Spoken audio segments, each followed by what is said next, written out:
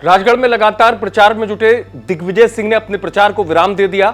एक खबर सुनने के बाद दिग्विजय सिंह इस कदर टूट गए कि उन्होंने प्रचार को ही रोक दिया और प्रचार छोड़कर वो लखनऊ चले गए। दरअसल दिग्विजय सिंह नहीं, उनके परिवार के लिए ये खबर जो है एक बड़े पहाड़ की तरह टूटने की बात थी कि दुखों का पहाड़ टूट पड़ा उनके परिवार पर, और पूरे परिवार के लोग जो है इस खबर के बाद गमगीन है, खासतौर से राजगढ़ इलाके के लोग भी, क्योंकि घटना ही ऐसी थी। दिग्विजय सिंह के दामाद का निधन हो गया, जिसके चलते उन्होंने प्रचार को भी रोक दिया है और वो लखनऊ चले गए।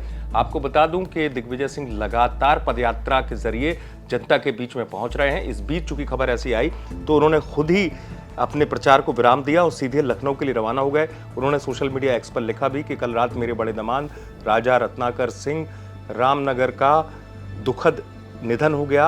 61 वर्ष के रत्नाकर लगभग 1 साल से कैंसर से पीड़ित थे। उनके अंतिम संस्कार के लिए मैं लखनऊ में हूं। दुख की घड़ी में चुनाव प्रचार को विराम देकर मैं, मेरी बेटी मृणालिनी और परिवार वालों के साथ हूं। ईश्वर रत्नाकर को अपने श्री चरणों में स्थान दे और उनकी आत्मा को शांति प्रदान करे। ओम शांति, ऐसा लिखा दिग्विजय सिंह ने। निश्चित तौर पर परिवार के लिए दुख की घड़ी है।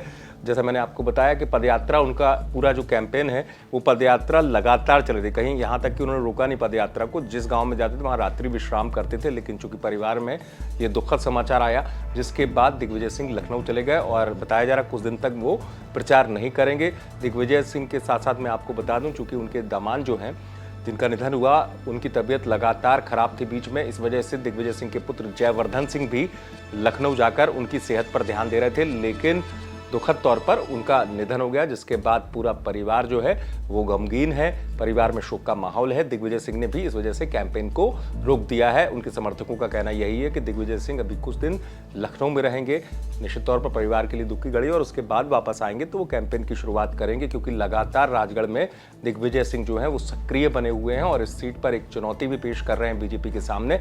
लेकिन इस बीच चूंकि परिवार में ये समाचार आया तो उसके बाद उन्होंने अपने सभी कार्यक्रम को कैंसिल कर दिया और खुद ही सोशल मीडिया पर इस दुख भरी खबर को साझा किया, जिसके बाद क्षेत्र में भी गम का माहौल है। आप देखते रहें।